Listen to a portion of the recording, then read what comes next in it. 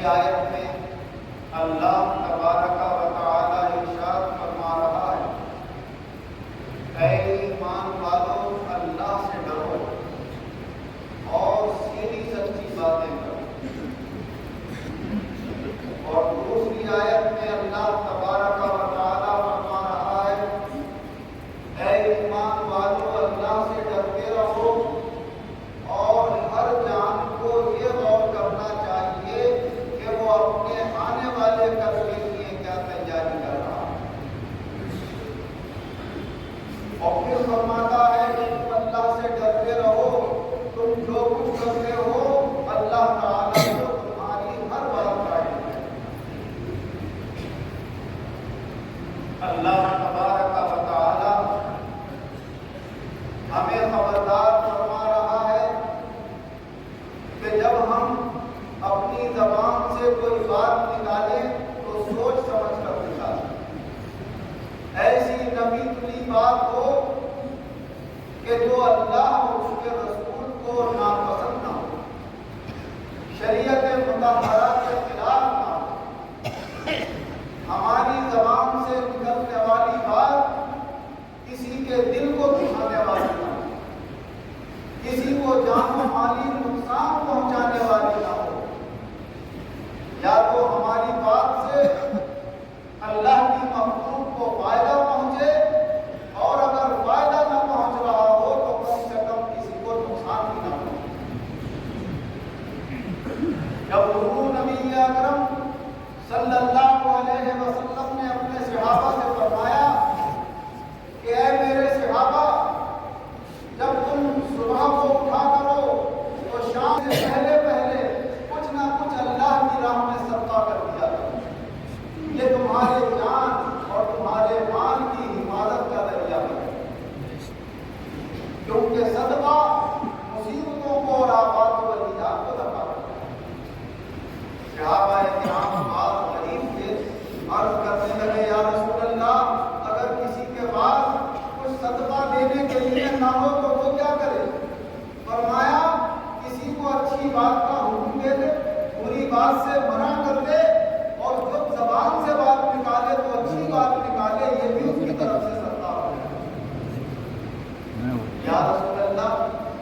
کسی میں اتنی صلاحیت بھی نہیں ہے کہ وہ کسی کو کوئی اچھی بات بتا سکے، کسی بری بات سے منع کر سکے؟ تو فرمایا دوسرے کو تکلیف پہنچانے سے باز رہے، یہ بھی اس کی طرف سے صدقہ ہو۔ تو ہمیں اپنی زندگیوں میں یہ غور کرنا ہے کہ ہم جو بات کہیں، وہ کام کریں، وہ آخرت میں ہمارے لیے نقصان والا نہ بنے، اور دنیا میں ہمارے کسی بھائی، کسی رشتے دار، کسی متعلم یا کسی بھی اللہ کی مخلوق کے لیے نقصان دہ نہ۔ جو اللہ کے بندے اپنی سیدھی سچی زندگی گزارے تھے اور اپنے آپ کو سنبھالنے کی زیادہ کوشش کریں گے، دوسروں کے نفع نقصان سے، اچھائی برائی سے زیادہ تعلق نہیں رکھیں گے، وہ دنیا میں بھی سکون اور اطمینان کی زندگی گزاریں گے، عزت و آبرو کی نظر سے لوگوں میں دیکھے جائیں گے، اور ان کی قبر میں بھی معاملہ آسان ہوگا، حشر میں بھی آسان ہوگا، اور آسانی کے ساتھ اللہ انہیں ہر منزل سے گزار کر جنت میں داخل فرمائے گا۔ حضور نبی اکرم صلی اللہ علیہ وسلم ارشاد فرماتے ہیں کہ جو دنیا میں اللہ کے بندوں کے ساتھ آسانی سے پیش آئے گا، اللہ تعالیٰ اس کے ساتھ آخرت میں آسانی سے پیش آئے گا۔ فرمایا وہ اس دنیا میں اپنے کسی بھائی کی ایک غلطی کو معاف کرے گا تو اللہ تبارک و تعالیٰ آخرت میں اس کے 70 گناہوں کو معاف فرمائے گا۔ اور فرمایا جو اپنے کسی مسلمان بھائی کا اس دنیا میں عیب دیکھ لے اور پھر اس کو چھپا لے تو اللہ اس کے عیب آخرت میں چھپا دے گا، اور اس کو اپنی مخلوق کے سامنے رسوا نہ کر کے اور اس کے گناہوں کو معاف کر کے اسے جنت میں داخل فرما دے گا۔ اللہ اپنے بندوں کی بھلائی سے بڑا خوش ہوتا ہے۔ آج مسلمانوں کے ذہنوں سے عام طور سے یہ تصور اور یہ سوچ دور ہوتی چلی جا رہی ہے کہ ہم اللہ کے بندوں کے ساتھ کیسے پیش آئیں، اپنے رشتے داروں کے ساتھ کیسے پیش آئیں، اپنے پڑوسیوں کے ساتھ کیسے پیش آئیں،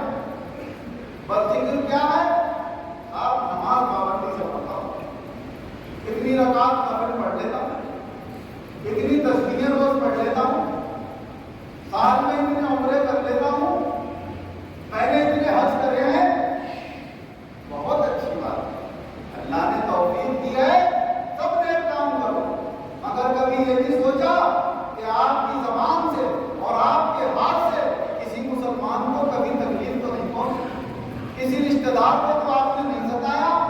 کبھی کسی کا حق تو نہیں مارا۔ کیا اچھی بات کسی نے کہی ہے کہ اے کعبے کے چکر لگانے والے، طواف کرنے والے، کہیں تو نے کسی اللہ کے بندے کو تو چکر نہیں کٹائے ہیں؟ اگر تو دنیا میں کسی اللہ کے بندے کو چکر کٹا رہا ہے اپنی باتوں سے، اپنی حرکتوں سے، کسی کا حق دبا کر، کہ تو اس کا مال دبائے بیٹھا ہے اور وہ تیرے دروازے کے چکر لگا رہا ہے بار بار، بھائی میرے پیسے دے دو، بھائی میرا حق دے دو،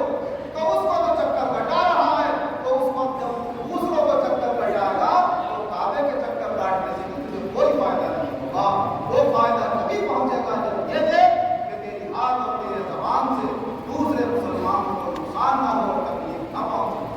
حضور نبی اکرم صلی اللہ علیہ وسلم سے جب معلوم کیا گیا یا رسول اللہ سچا مسلمان کون ہے، فرمایا من سلم المسلمون من یدہ و لسانہ، سچا مسلمان وہ ہے کہ جس کے ہاتھ اور زبان سے دوسرے مسلمان محفوظ رہے، نہ وہ اپنی زبان سے کسی کو نقصان پہنچائے اور نہ اپنے ہاتھ سے کسی کو نقصان پہنچائے۔ اسی لیے اللہ تبارک و تعالیٰ نے فرمایا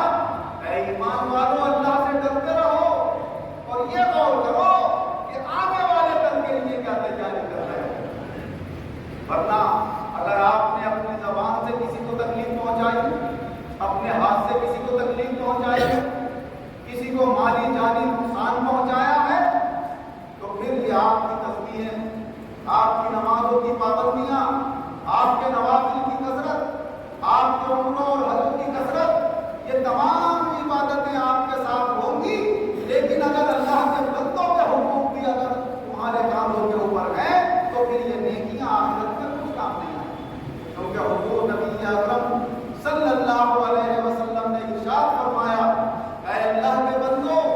اگر تمہارے آپس میں کچھ لین دین کے مسائل ہیں تو اسی دنیا میں حل کر لو، جہاں ہے تمہارے پاس، نہیں ہے تو معافی کی صورت ہے، اپنے بھائی سے معافی مانگ سکتے ہو کہ بھائی ہمارے پاس نہیں ہے دینے کو، ہم نہیں دے پائیں گے،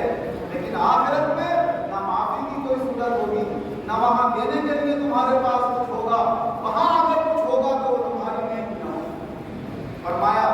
اللہ کو اپنے ہر بندے کو وہاں پر فیصلہ انصاف کے ساتھ کر کے حق دلوائے گا، اور تمہارے پاس وہاں دینے کے لیے وہ چیزیں نہیں ہوں گی جو تم نے دنیا میں چھین لی تھی اس سے،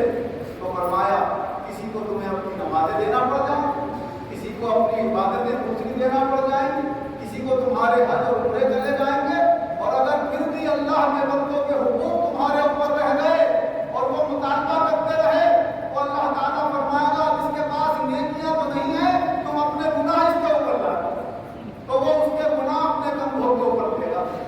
اب اس سے کوئی پوچھے اس وقت میدان محشر میں کہ اے اللہ کے بندے کہاں ہے تیری وہ نمازیں، کہاں ہے وہ کعبے کے چکر، کہاں ہے وہ تیری تسبیحات کہ جو تو اللہ کے بندوں کو تکلیفیں پہنچا کر دیا کرتا تھا، نقصان پہنچا کر دیا کرتا تھا، تو اس وقت اس کے پاس کوئی جواب نہیں ہوگا، اور اللہ کا حکم ہوگا کہ ان گناہوں کی وجہ سے اب اسے دوزخ کے اندر ڈالو، وہ ساری نعمتیں، ساری کوششیں، ساری محنتیں اس وقت حقارت اور برباد ہو کر رہ جائیں۔ آج بہت سارے حقوق کے اندر ہم اللہ کے بندوں کی ہمدردی کر رہے ہیں، کہتے وقت یہ نہیں سوچتے کہ ہمیں یہ بات اتنی کہنے کا حق ہے جو ہم کہہ رہے ہیں، یا ہم نے زیادہ کہہ دی جس سے اسے تکلیف پہنچ گئی اور اس کا ہمارے اوپر حق عائد ہو گیا۔ ہارون رشید بادشاہ گلستہ جو شیخ سعدی رحمۃ اللہ علیہ کی کتاب ہے، اس میں انہوں نے سچے واقعات اسلامی بادشاہوں کے لکھے ہیں،